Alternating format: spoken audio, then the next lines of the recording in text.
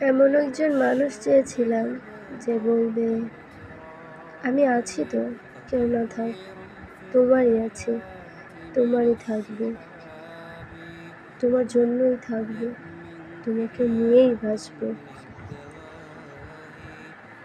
দিন শেষে আমি না হাজারটা ভয়ের মাঝে না থাকতে চাইনি। চেয়েছিলাম একজন মানুষ যে আমাকে বলবে, আমি তোমার জন্যই আছি, তোমাকে কখনো ছেড়ে যাবে না। এক মৃত্যু হয়তো আমাকে তোমার থেকে দূরে নিয়ে যাবে, আর কোনো কিছুই তোমাকে আমার থেকে দূরে সরাতে পারবে না। তোমার জন্যই থেকে যাব, তোমাকে ভালোবাসার জন্যই থেকে যাব, তোমাকে ভালোবাসতে বাসতে থেকে যাব, তোমাকে ভালোবাসি বলে থেকে যাব। খুব আফসোস হয়, খুব আফসোস নিয়ে বাঁচতেও হয়। তবে দিন শেষে আপনার রব আপনার জন্য যা লিখে রেখেছে তাই অতি উত্তম।